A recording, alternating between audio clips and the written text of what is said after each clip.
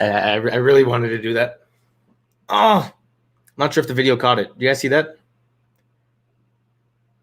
Rewind to the beginning, just in case you missed it. Yo, yo, yo. How's everyone doing? Like my new setup? If you watched the dramatic entrance of me slowly appearing in a frame, because I now have a standing desk. And yes, I wanted to show it off because I spent a lot of money on this. I think it's kind of cool. Not a chair raise, a desk lowering. Crystal Customs. All right. Sorry. How's everyone doing? It's been a while since I've done a stream. I actually miss doing these, but been very busy this past month. I've moved. If you've watched my recent videos, you can tell I have a different setup. So yeah, but I'm all settled in. I do potentially need to get curtains here. I don't know, so I was trying to do the non-duck stream one, because there's the duck thing right there. But for some reason, the internet in my new apartment just didn't like it. I know it's weird now because my camera's here, but my StreamYards is there, so I need to look here, not there. My OBS wasn't working. The internet just sucks here apparently, but I think it's okay with StreamYards. So yeah, I'm pretty much all settled in. I've been making videos. I got a lot of exciting things coming, but today, I hope you got clickbaited with my thumbnail, because we're gonna talk about Luke. I don't want to go too much into the news, if you will. I've missed these streams. Love the new setup. Thank you. I miss you guys too. Goldman, please make a Star Wars impressions video. Your Jar Jar impression and Saw Gerrera impressions cracked me up during your tier list video. Misa Jar Jar Binks, Misa Yamba Servant. Excuse me. Saw Gerrera is the best though. Goldman hates Luke. False. Luke is the best character in all Star Wars. All right, let's talk about the video. I'm good. I've wrote a few paragraphs for the video essay I started writing after your latest video. Good. Makes me very happy, actually, that people are starting. Because I'm telling you, we're about to enter. There's actually Eckhart's Ladder made a good video on this. We're about to enter a golden age of Star Wars. Next year, starting December, it's going to be great. So get started now. Oh, Star Wars Meg. Hi, Goldman. Luke is amazing in The Last Jedi. I would agree. Thank you for tuning in. But more importantly, what's even more amazing than Luke in The Last Jedi is destroying the like button for the YouTube algorithm. I'm sure you guys know how important the like button is. So I want you to grab everything you have, look at the like button, and start punching it. Even if you're going to crack your phone screen, computer screen, just be in an abusive relationship with the like button. Just start really hitting it, because it helps out the channel. And and it helps out with the channel. The ability to speak does not make you intelligent. With CGI, you bring anyone back. Yay. Let's get to that. It's a high honor you just gave the like button. It is. All right. I don't want to cover this too much in depth because I know a bunch of other people have. But the reason why is Luke going to be everything guaranteed? No. But the reason why I speculate about this is because of some recent news. I believe this is what I want. Yes. Lucasfilm hired the YouTuber who used deepfakes to tweak Luke Skywalker Mandalorian VFX. It actually looks really good. I don't want to show the videos. Can I zoom in here? There we go. YouTube is full of deepfake videos that attempt to improve on polarizing visual effects in movies, but rarely do these videos lead to actual studio jobs. A popular deepfake YouTuber who goes by the name Shamook announced this month in the comments section of one of his videos that he joined the team over at Lucasfilm's Industrial Light and Magic. That's all you need to know. So a YouTuber got hired by Lucasfilm. Now, I wasn't familiar with this YouTuber beforehand, but he's done some very excellent deepfakes.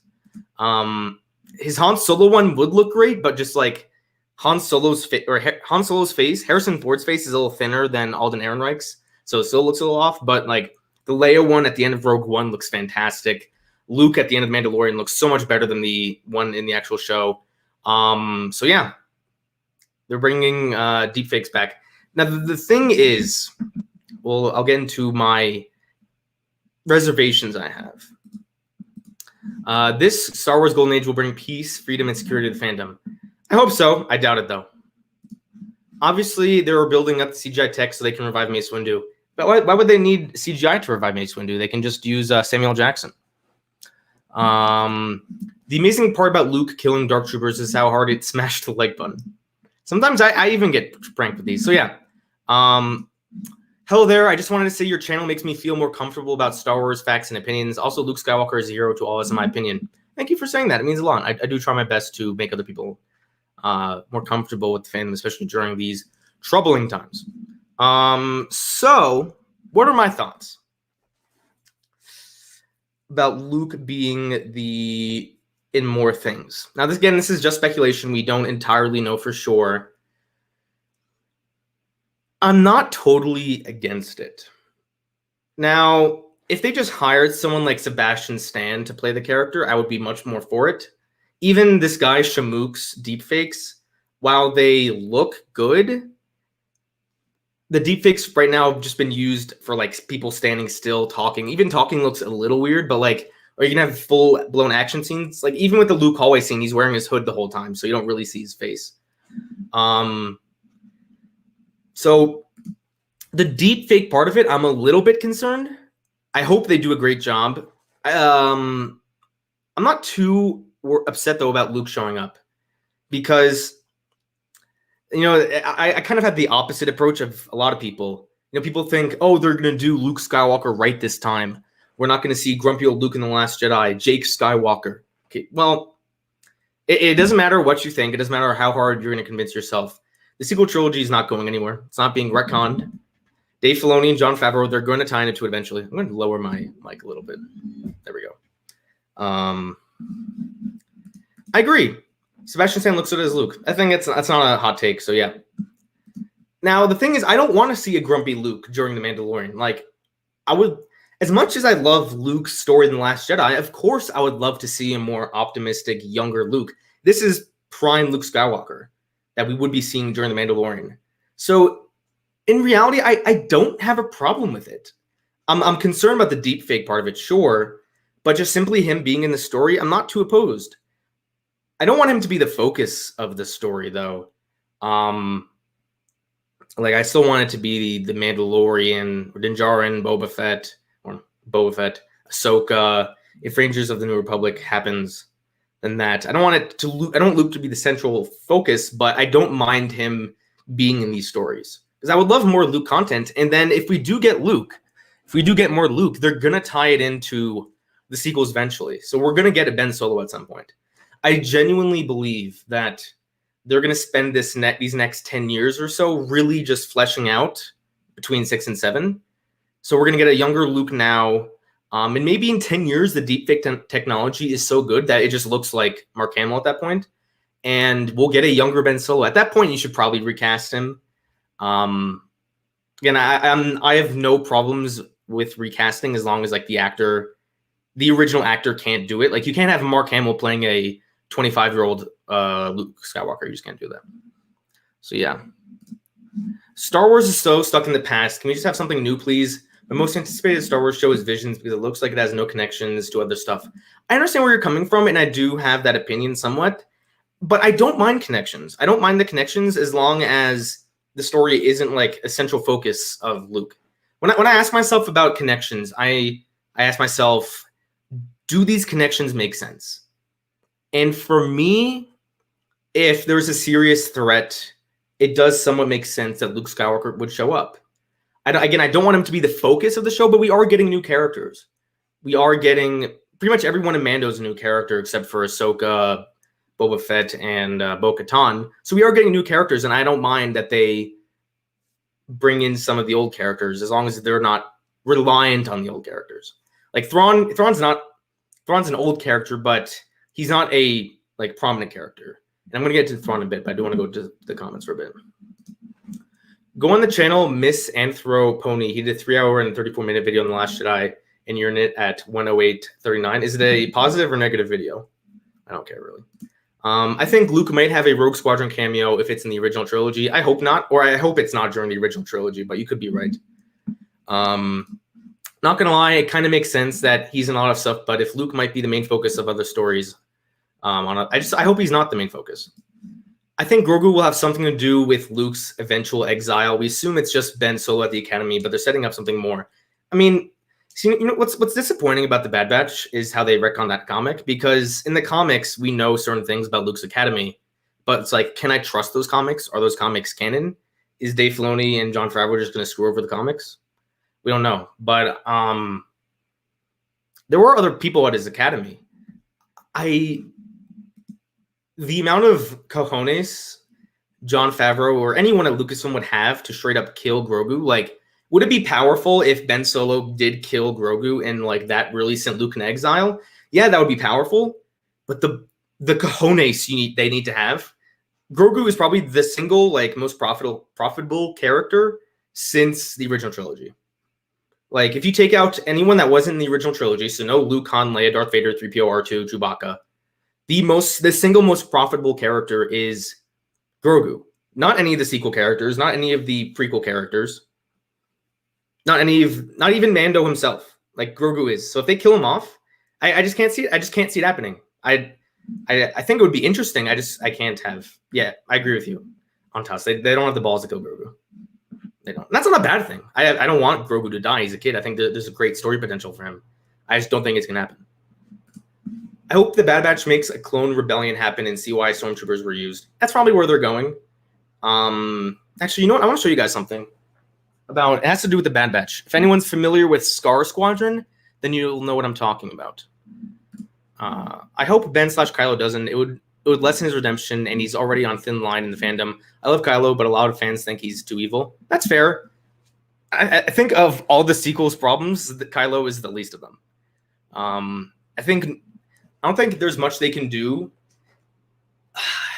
in terms of doing damage control to the sequel trilogy. Again, that doesn't really need to be anything for me, but for a lot of people, the sequels were a problem. The damage control they could do has to do with the world building, like the First Order, maybe Palpatine, but the big one's Luke.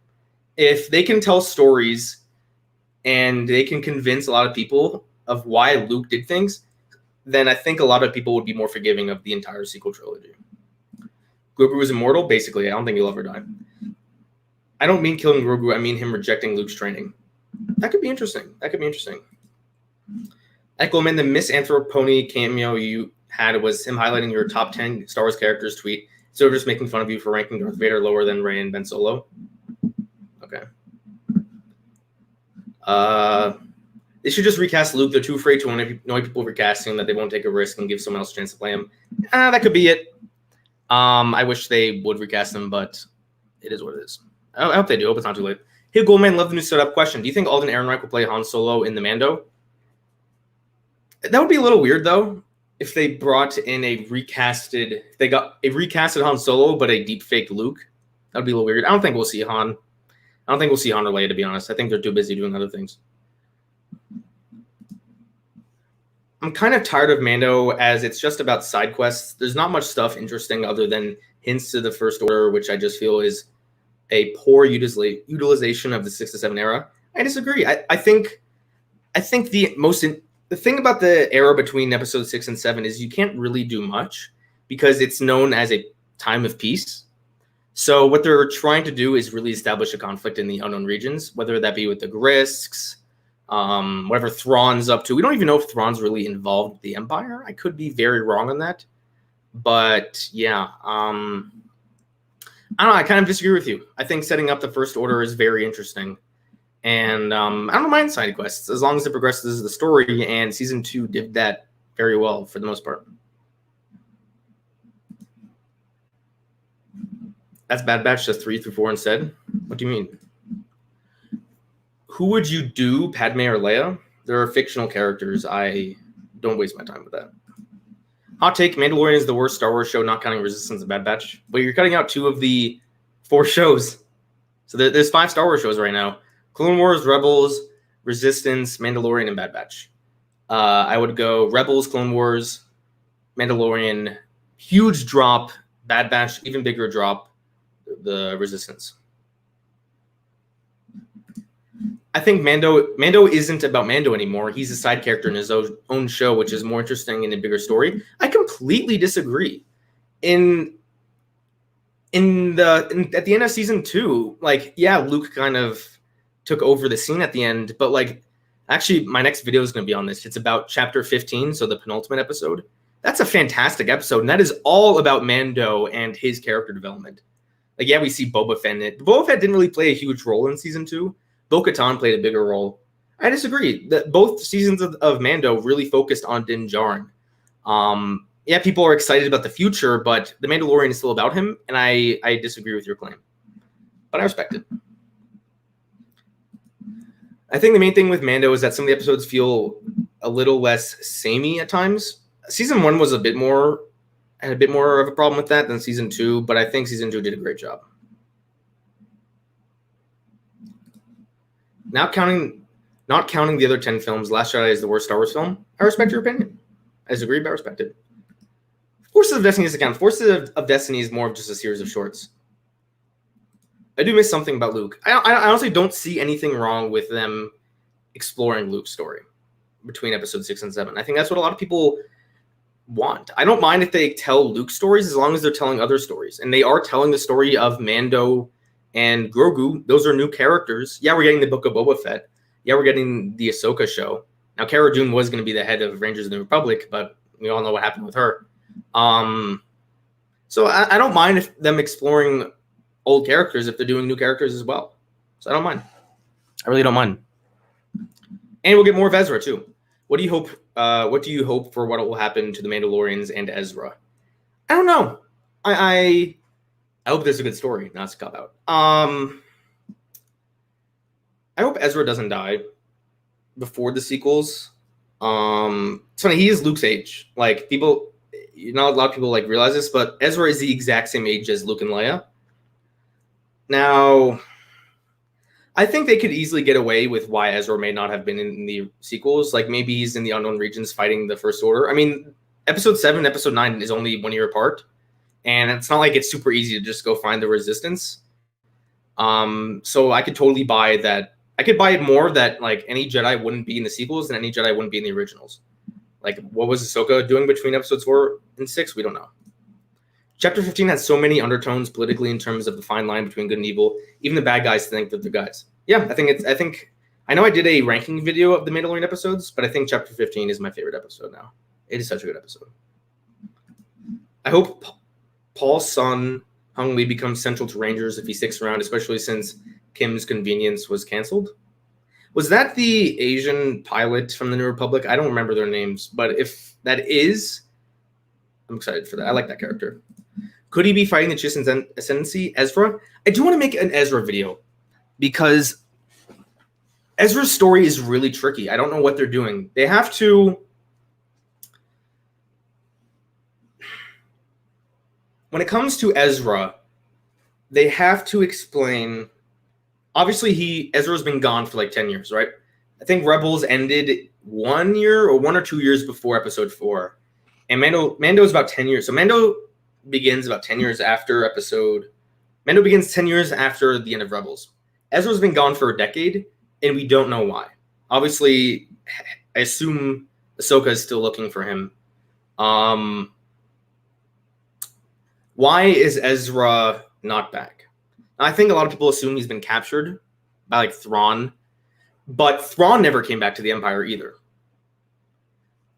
And I don't think Thrawn, and I could be very wrong about this, and people will laugh at me if I am.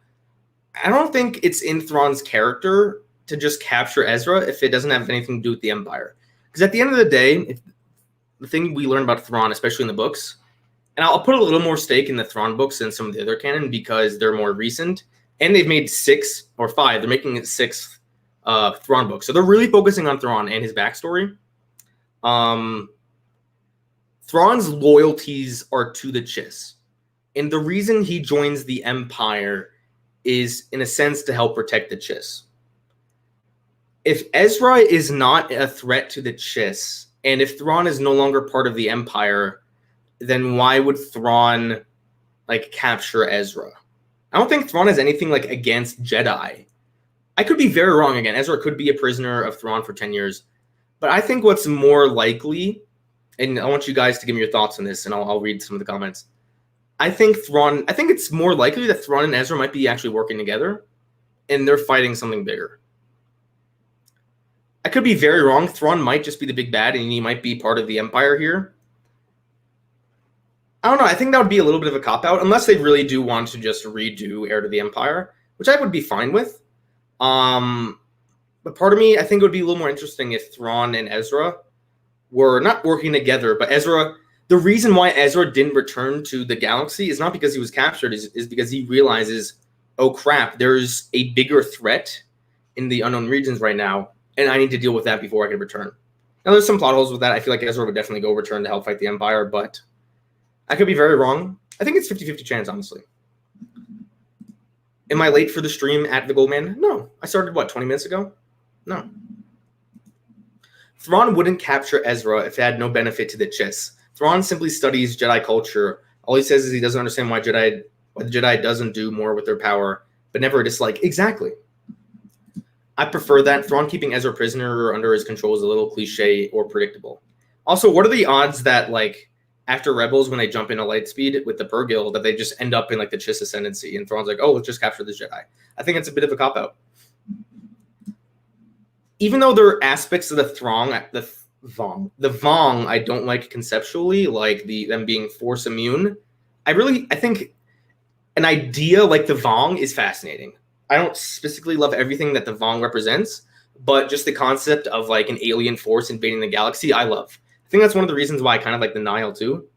And the Grisks, if we ever see more of them. So I wouldn't mind if we saw the Vong. And maybe that's the conflict post episode 9, and Rey and company have to deal with that, but I could be very wrong.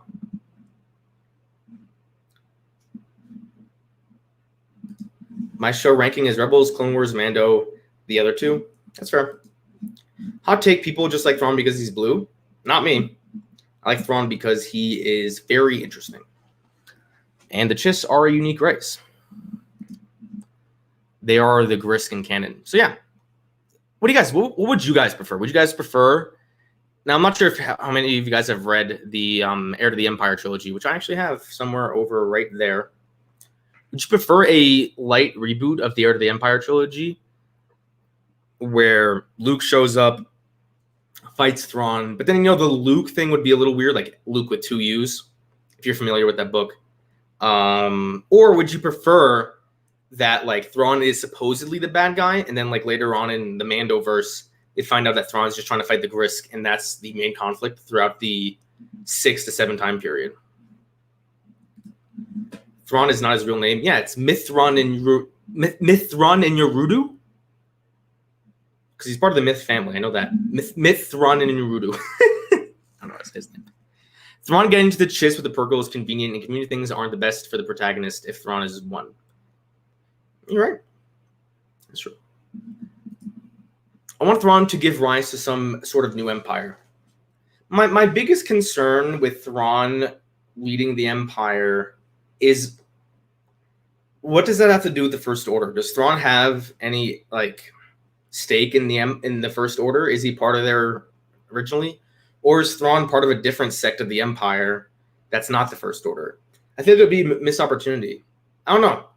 Also, if Thrawn is part of the Empire, he had his own troops in that Ahsoka episode of Mando. So I don't know what to think. It's a tough thing to speculate about, right?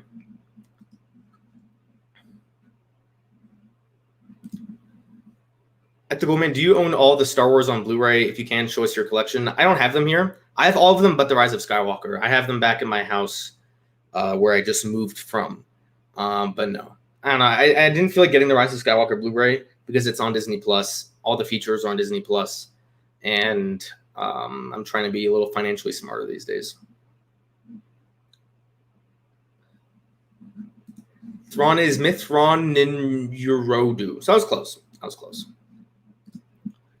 I see people saying Thrawn is going to kill Ahsoka, and I honestly have no clue how Thrawn is going to kill someone who's confirmed on par with Dooku. More than just Dooku, she's on par with Vader, basically. Ahsoka's fought in... Has she ever fought Dooku? I don't know, but Ahsoka's fought in Vader, Darth Maul, and General Grievous. As much as I hate Grievous, he's still a good warrior. Am I missing anyone important that he fought? Ventress? I think she did fight Dooku. I can't remember. I wonder if Thrawn would fit in the First Order well or not. I don't think so. Again, this is all based off of if they are consistent with what they've established in the canon. Is that Thrawn's number one priority is the Chiss. Where do the Chiss reside? The unknown regions. Where do the First Order reside? The unknown regions. So unless the Chiss are working with the First Order, they had to have come into conflict at some point. And it seems like the First Order did take over the unknown regions before they invaded the galaxy in Episode 7. So I don't think Thrawn would be working with the First Order. Could be wrong, though. Would you want Order 66 to be explored more? Not really. They've explored Order 66 a lot. I mean, the Bad Batch is basically exploring that. Jedi Fallen Order explored that. The End of Clone Wars explored that. A lot of the books and comics explore that. So no.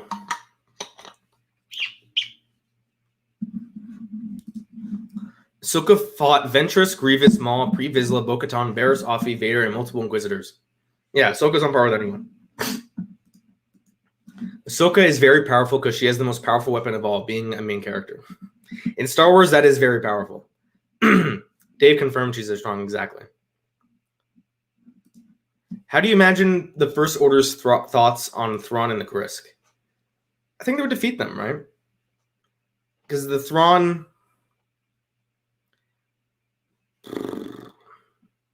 Oh, sorry, I missed this.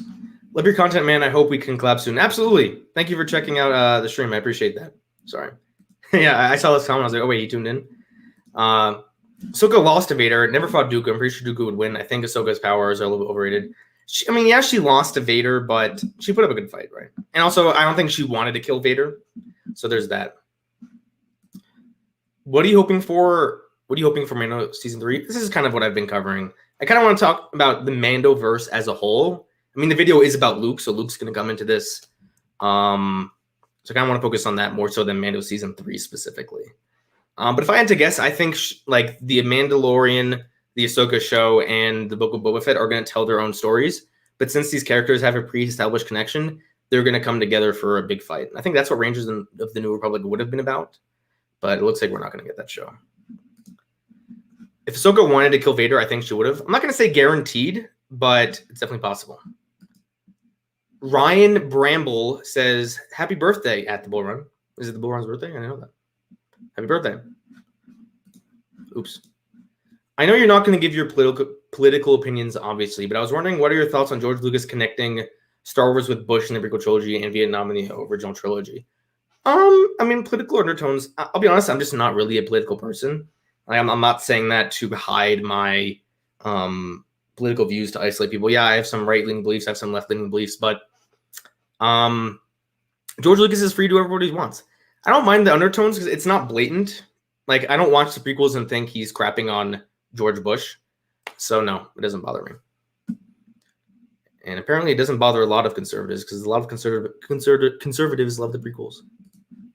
Remember the time in Clone Wars when Anakin needed Padme help in igniting his lightsaber? I do remember that. That was at the end of Season 1. If Thrawn is with the Empire in Mandoverse, and Timothy Zahn will say he's been protecting the Chiss ascendancy in the books, they don't ever seem to acknowledge the Chiss ascendancy in the shows. I mean, Thrawn was only in Rebels, and we haven't even seen him yet in the Mandalorian, so we don't really know, right? We don't really know.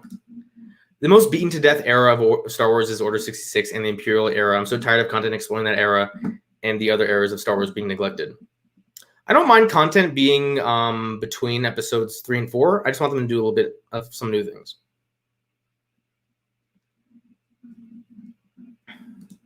Would you like to see more films like Rogue One? Yeah, I would. That's what Rogue Squadron is going to be, right? So yeah, I absolutely like that. Is that water, or are you supporting underage drinking again? It's way too early, dude, to be drinking right now. Also, I'm actually like, on a serious note, like I've graduated college. I'm an adult now. I do want to be a little bit more responsible. Like if you saw my drinking habits this past May, good Lord. But since then I've been much better. So I'm trying to be a little bit more mature with certain things. This is very true. This is very true.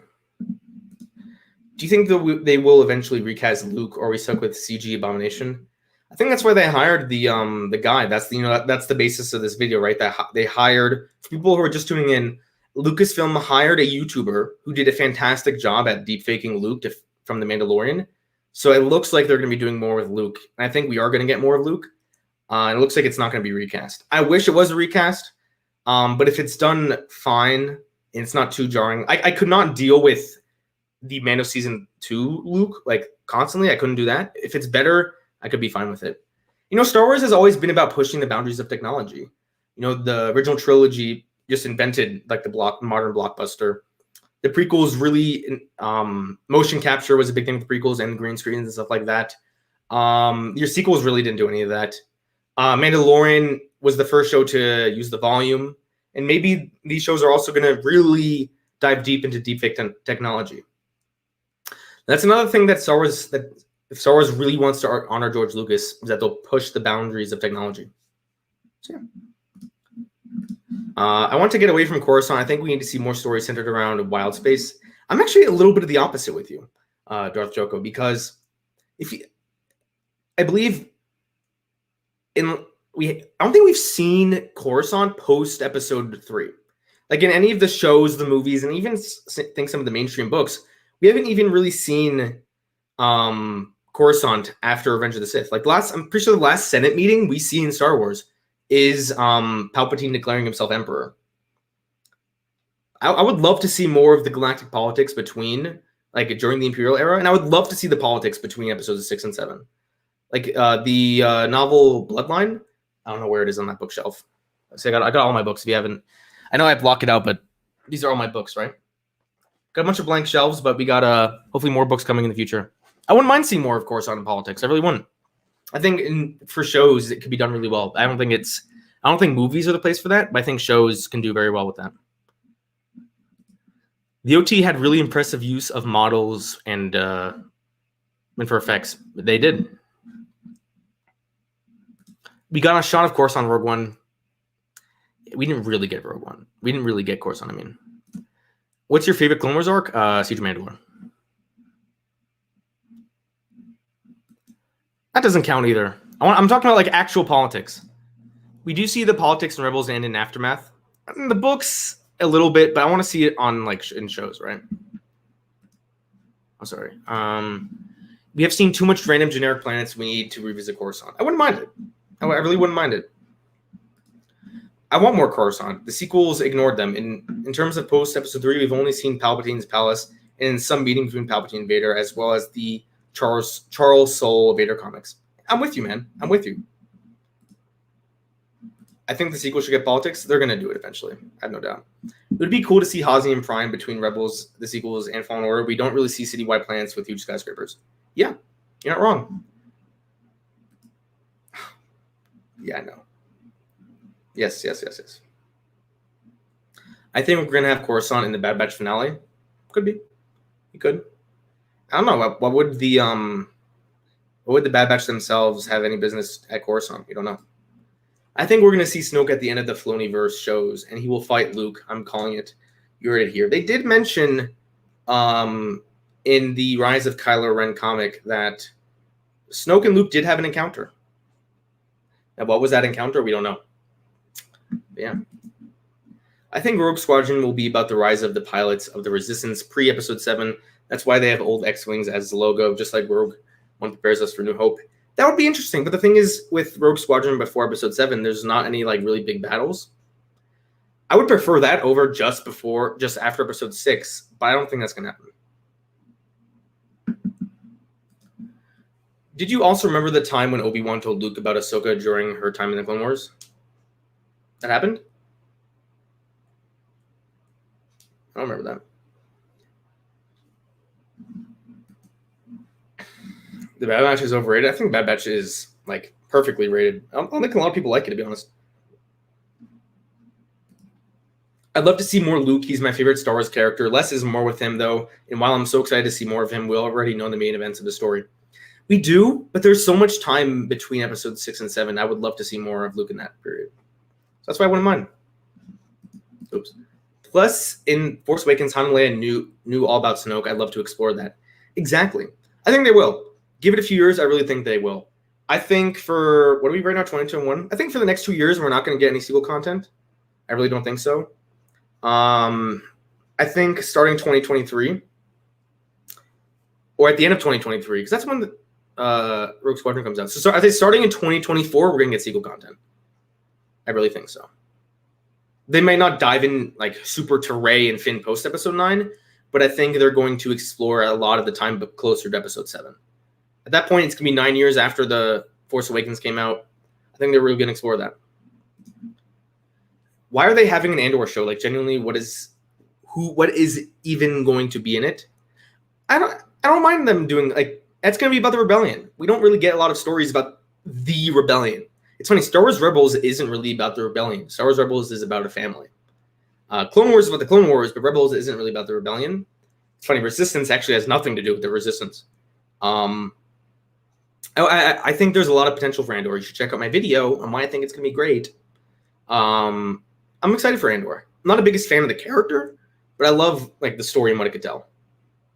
The only show, like, I've become a little bit more fond of the Book of Boba Fett recently, just because I'm more of a fan of the possibilities of what they could explore with that show, not so much the character. Besides the Lando show, which I'm not sure if I'll ever have my opinion changed on that, all the shows have something that really interests me. I guess the droids one, but that doesn't count. Did you see the Luke Skywalker Comic-Con poster with Rey's yellow lightsaber? I mean, it was a yellow kyber crystal, but was it really Rey's lightsaber? We don't know. We do not know. LOL, the Resistance. Yeah, the Resistance. I think they will push sequel content once the hate dies down. I agree. But the question is, will the hate die down once they hate something more? Because you notice the prequel hate really died down once The Last Jedi came out. Could be wrong, but there's already Mando, which sets up the sequel trilogy and expands on it. But yeah, once the hate dies down, expect much more sequel content. I think once Rogue Squadron comes out, and I really do think it will tie in Episode 9 or post Episode 9, I think then they're going to start exploring like more direct ties. Like right now, the Mandalorian has had some loose ties. Like the Imperial Remnant is a loose tie to the First Order. I think once Rogue Squadron comes out at the end of 2023, they're really going to start exploring that.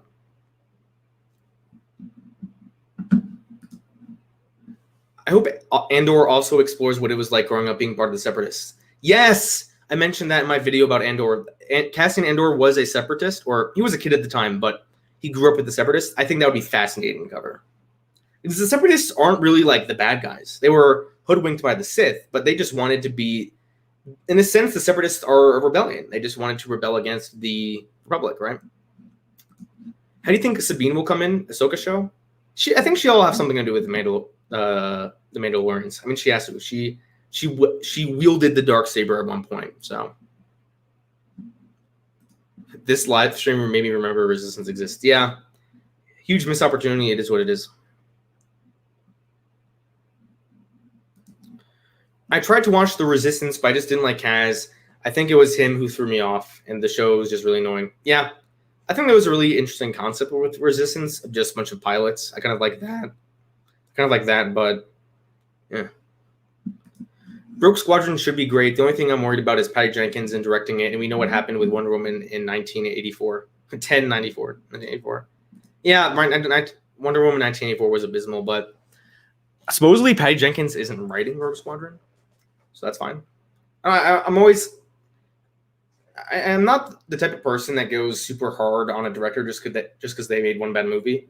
If that was their only movie, then yeah, but Patty Jenkins also made the original Wonder Woman. I think that was fantastic. Hold on a sec. I have family here, so hopefully they'll be a little quiet. Let me just text them. Give me a sec.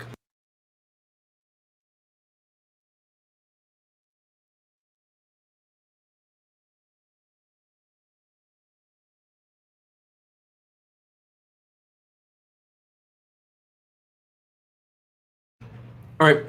What's your theory on some clones not acting robotic after Order 66? Do you think the chip is malfunctioning, or do you think it was a narrative choice? I think Order 66 was, the chips are wearing off. I think that would be the best. Is Resistance funny bad or just bad? Because I'm always up for a hate watch. I think it's just bad. I don't think it's funny bad. I don't enjoy watching it. So no. Wonder Woman 1984 isn't good, but it's not the biggest train wreck like some say. It was pretty bad. It was pretty bad. I don't think it's like the worst thing ever, but I would say it's pretty bad. So yeah.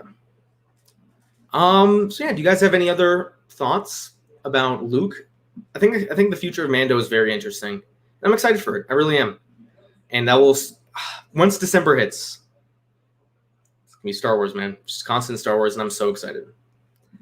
I'm probably gonna head out in a few minutes. If anyone else has any burning questions, actually, yeah, we got some good viewership. We got hovering around 50 the whole time, which I appreciate. Thank you guys so much. Also, I'll give you guys a sneak preview towards my next video. Do I have the thumbnail saved? I do not. But my next video is going to be about Chapter 15 of The Mandalorian and why I think it's the best episode. That video will be Friday, and then tomorrow's video is a video about Obi-Wan, which you'll see. Resistance is just boring, not really worth your time unless you're a super hardcore fan who absolutely needs to watch everything Star Wars. I would agree with you. Patty Jenkins' father was a fighter pilot. If she can bring some of that insight, I think Rogue Squadron will be great. And I need to care about the people in the X-Wings. Agreed. I think even with both Wonder Woman movies, she did a great job of us caring for the characters. It's just the plot in episode in the second one made no sense. Do you think post Rise of Skywalker will have similar to Cold War and Modern Wars? I have no clue what they're going to do, and I'm excited for that. What's your opinion? This is going to be my last question, by the way. What's your opinion on the new Lucasfilm licensed poster, Luke and Guru, just fan art, or likely to happen? I think we'll get it at some point. I don't think it's something to be super excited about. I don't think they're going to have, I don't think we're going to see Grogu with a lightsaber anytime soon. So no, that's not something I'm super whatever about, you know?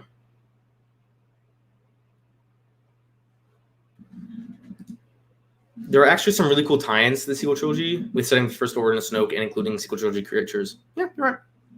All right, guys, I'm going to hop out now. Was I surprised? No, I was surprised, but I love it. I have friends that hate the Martez sisters, and just the inner toxic me was just so happy to see them show up. But yeah, that's going to be it for me, guys. You can expect much more streams from me in the future. A lot more, trust me. But yeah, thank you guys so much for watching, as always. Don't forget to join the Cloud Squad, and I will see you guys next time.